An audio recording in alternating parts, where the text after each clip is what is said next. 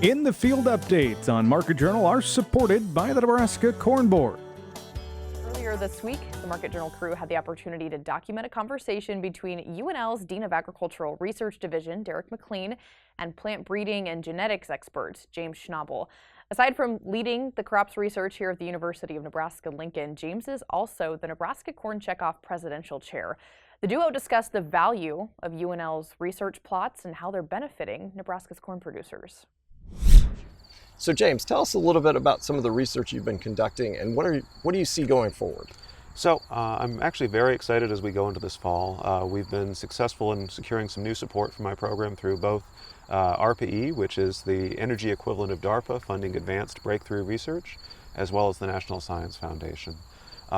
With ARPA-E, we are looking at ways to use gene expression data, so measurements of the RNA in the leaves of corn plants like the ones behind me, to predict how corn will perform in new environments to help guide our breeding decisions. This is something people have thought might be possible for many years, but nobody has had the funding and the capacity to do the large-scale research necessary to find out whether or not this would work. We're going to find out over the course of the next year.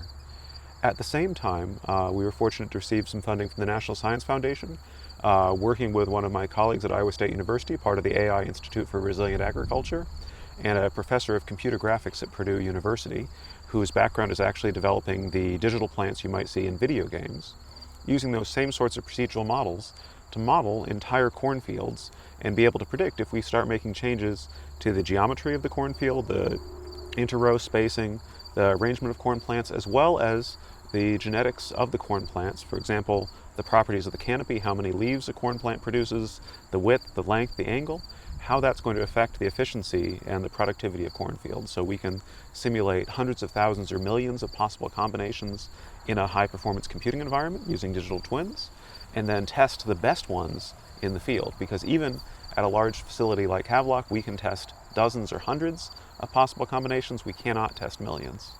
That's really amazing. I'm just trying to put all this together. So you're basically taking information that you're gaining from the leaf at the cell level. And is this like an artificial intelligence or AI type of application? Yes, so we're actually working with some collaborators in the private sector who are developing AI models that can make predictions from that gene expression data, the molecular properties of the leaf, to say how well would these corn plants perform at the end of the year, but also how well would they have performed if they were grown in different environments. So then you can actually scale that up and then use that information to help our producers that are farming at thousands of acre type of scale. Is that right? That would be the ultimate goal, is to be able to look at new varieties of corn and say which ones are going to do best on your farm in this year, and at mid-season, what do we think the crop is going to look like at the end of the year? Because if growers have a better sense of that, they can make better decisions in terms of how to hedge their prices, how much to sell to the pre-sell to the market, and also what fertilizer applications, what it makes sense to invest in the crop during the year.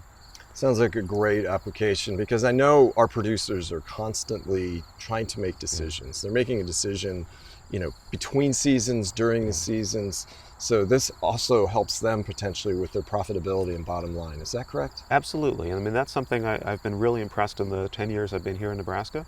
Nebraska farmers are making very sophisticated decisions. The more data we give them, both the more profitable they're going to be, but their profitability tends to also translate to more efficiency. So we see that as a double win.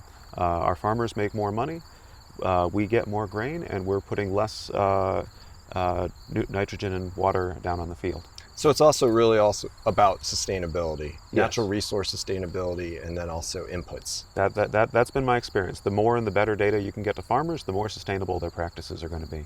Because we hear a lot about these opportunities that are happening. And now would this AI, these digital twins, help us also? So for example, in the development of the sustainable aviation fuel or SAF fuel, or other types of directions that farmers could go? So that's a very good question, and that's something where I think we need a lot of data. Some of it has to come from the farm, some of it still has to come from the federal government in terms of how the carbon scoring for sustainable aviation fuel is going to be considered. If we see a policy where farmers are rewarded for better practices and their crops are given lower CI scores, that's going to really shift the whole market for sustainable aviation fuel.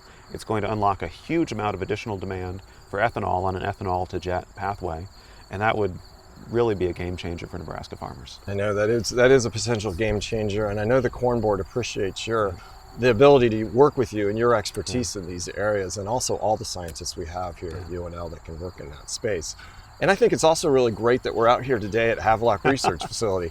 I mean, we have, we're one of the few places in the United States where corn is actually grown on the UNL campus. Yes. But then if you need to do something maybe a little larger at a larger scale, more commercial, you come out to here to Havelock. Tell me a little bit about how that works for your research program. Yeah. So my program combines a lot of genetics research with agronomy research. So if we are growing a few plants to make seeds or doing something where we're going to be touching the plants every day, that happens right on East Campus where my students can just walk over to the field. They don't even get in the car. But if we want to scale up a little bit, do something that's a little bit closer to a production level system, we can come here. It's only 15 minutes from campus, and we can grow really large commercial scale experiments as well as really large replicated trials. I have some trials growing over there that we're photographing from space because we're able to see that level of resolution. And we have a wonderful farm team here that is using the same equipment that you'd see on a commercial farm.